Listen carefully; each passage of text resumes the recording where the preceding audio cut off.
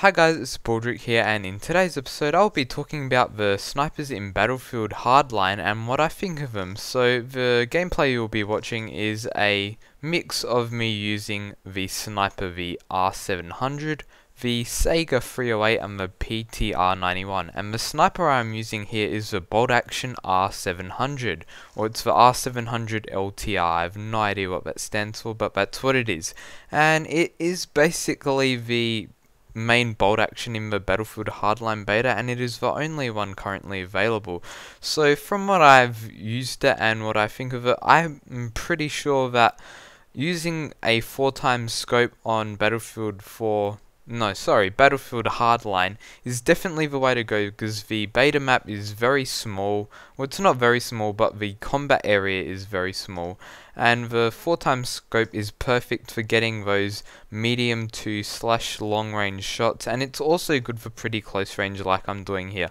I know I'm camping, but this is what you really need to do as the professional class, or I'd rather it be called the sniper class, but yeah, it's called a professional class because you're a professional marksman. Anyway, I'm really impressed with this gun, and I think the actual animations and the bullet animation just looks awesome with this sniper especially. Unfortunately, there's no camos for the gun, so you can't really make it look all hipster, I guess, and have your pink gun, but it's really good as it is, and it gives it a more sort of hardcore feel that you've got a sort of matte black gun. It just feels all good. I'm sure they'll add camos in the actual Battlefield Hardline though. So anyway, for the beta, it is a great gun. Don't silence it, because you do want to be getting those one hit kills occasionally, and that's what makes it really good, is that you can go for those one hit headshots, and that's really where you want to be aiming. It's sort of hard to aim a headshot with an ACOG scope, but it's definitely worth it if you get a clear shot. Anyway, this is the other gun I will be showing off, and it's not in order, but it is the PTR91. So the PTR91 is a DMR, and the gameplay you are seeing is just me using it with naked iron sights. It is actually pretty decent with iron sights because you can just spam it and use it as a assault rifle, and that's what I found its purpose to be. You can't really chuck a high zoom scope on this gun and expect to get some of the other snipers. It's not really designed for that. In real life it is, but not in Battlefield 4. I don't know why I say Battlefield 4, not in Battlefield Hardline. This gun is just awesome at attacking, defending. It's an all-round gun. I would personally recommend putting maybe a 2x scope on it, or not 2x scope, 2x sight on it, or maybe just a red dot sight to get that slight bit more of accuracy, but the iron sights will run you down perfect for this gun, because it's just perfect iron sights. There's nothing wrong with them whatsoever, and that's what I really love about this gun.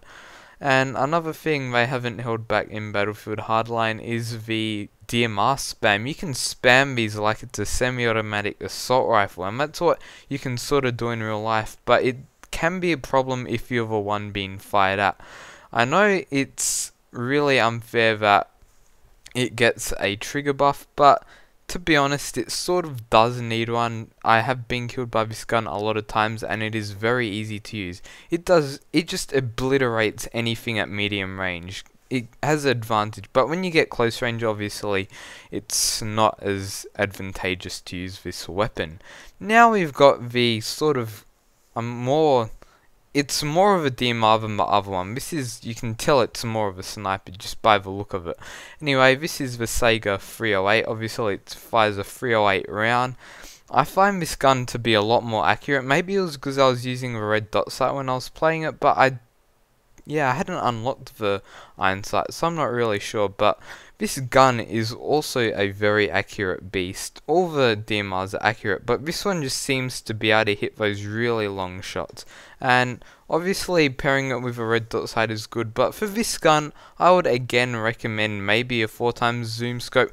But if you're going for attack, definitely do use the red dot sight, or maybe even iron sights. I would definitely use a red dot sight over an iron sight any day, but it's up to you. If you just like the feel of iron sights, use whatever you want, but this gun just gives you the classic feel of, I guess, Battlefield 3.